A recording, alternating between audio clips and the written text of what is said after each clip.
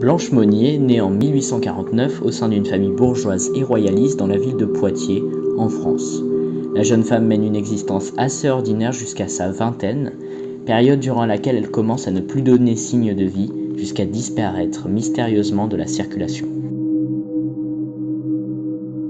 En mai 1901, alors que cela fait déjà plusieurs années que Blanche Monnier n'est plus qu'un souvenir, une lettre anonyme alerte le procureur général de Poitiers. L'auteur affirme que non seulement Blanche Monnier serait encore en vie, mais qu'elle courrait un grave danger. Le 13 mai 1901, une perquisition est entamée dans le domicile de la famille Monnier et le commissaire, accompagné de 3 policiers, va découvrir l'horrible vérité au 2e étage de la maison. Il s'y trouve une porte verrouillée à double tour de laquelle s'échappe une odeur pestilentielle. Lorsque les policiers pénètrent dans la pièce, ils découvrent une salle plongée dans le noir, aux volets cadenassés, jonchés d'excréments, de nourriture en décomposition et de pestiférés. Au fond de la pièce, sur un matelas moisi, se trouve Blanche Monnier, ne pesant plus que 26 kilos et dans un état mental déplorable. Ils prennent cette photo qui deviendra célèbre en France.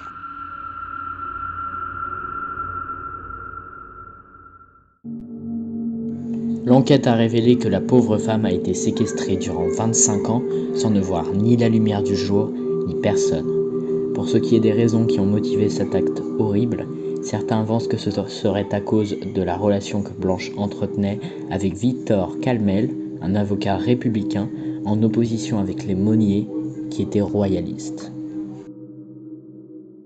Un procès est rapidement entamé contre la famille et en particulier envers la mère de Blanche, Louise Monnier. Malheureusement, le procès ne mènera nulle part car celle-ci décédera quelques mois après son arrestation. Blanche Monnier mourra en hôpital psychiatrique en 1913, rongée par les séquelles physiques et mentales desquelles elle ne s'est jamais remise.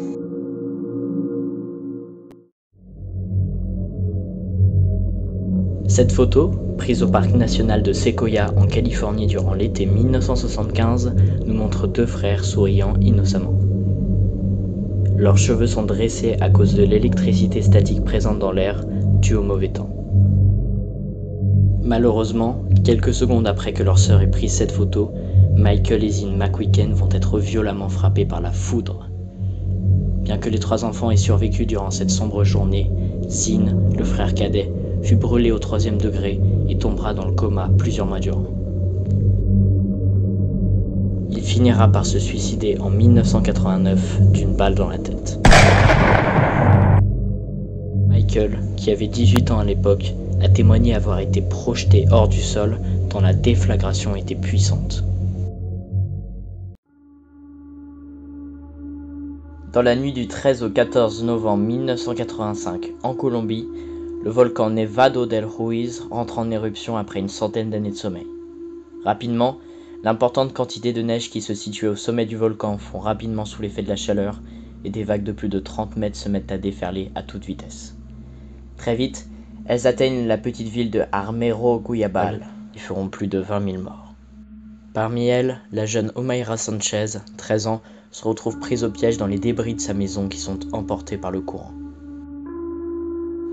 Ses jambes étant coincées par la structure en ciment du toit de la maison, la pauvre jeune fille reste dans cette terrible situation, presque entièrement immergée dans un mélange d'eau et de boue durant 3 jours.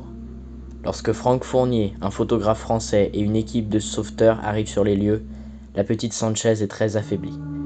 Blessée à la taille par une barre métallique, les mains sévèrement abîmées par l'eau, les yeux devenus d'un noir profond du fait de la rupture de ses vaisseaux sanguins, Omaira agonise sous leurs yeux.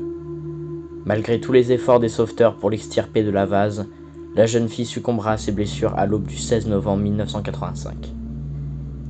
Le cliché pris par Franck Fournier, quant à lui, fera le tour du monde et la jeune fille deviendra le symbole de ce terrible drame.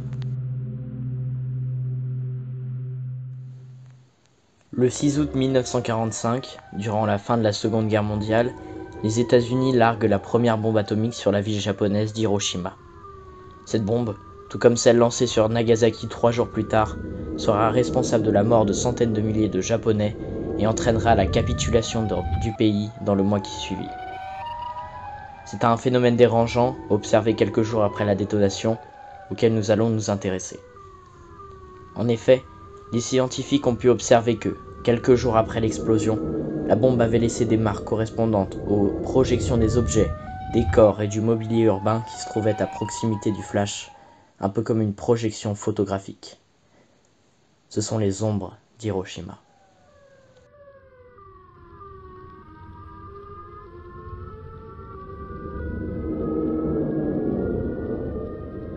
Ce phénomène montre la puissance tout bonnement terrifiante de cette bombe qui a marqué à coup sûr l'histoire.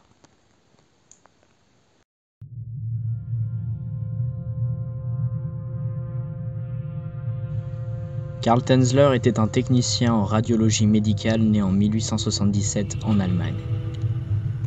Au cours de sa vie, l'homme commença à avoir des visions lors de ses rêves de l'une de ses ancêtres qui lui présenterait la photo d'une jeune femme exotique, aux cheveux noirs et à la beauté époustouflante.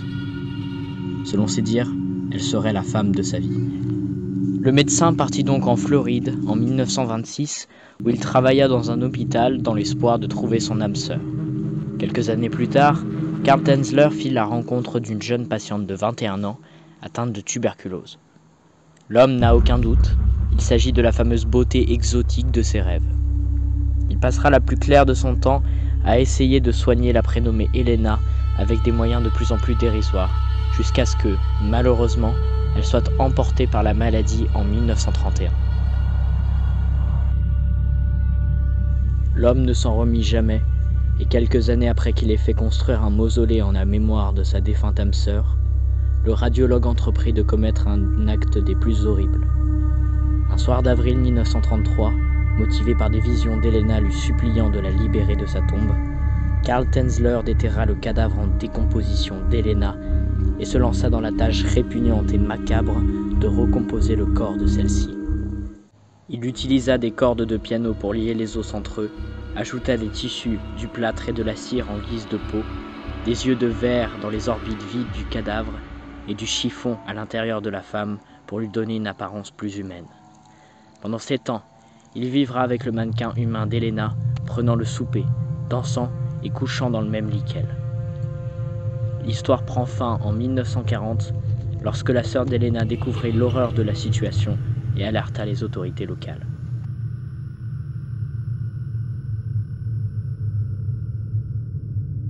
Karl Tanzler sera finalement relâché après un court procès et terminera ses jours aux côtés d'une poupée grandeur nature, rappelant celle qu'il avait confectionnée à partir du corps de sa promise.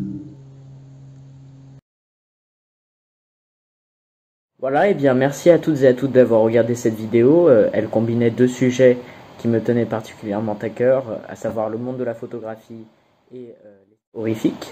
Et puis pour la suite de cette série, eh bien, on va continuer et s'axer davantage sur les photos qui ont marqué l'histoire. Voilà, à bientôt.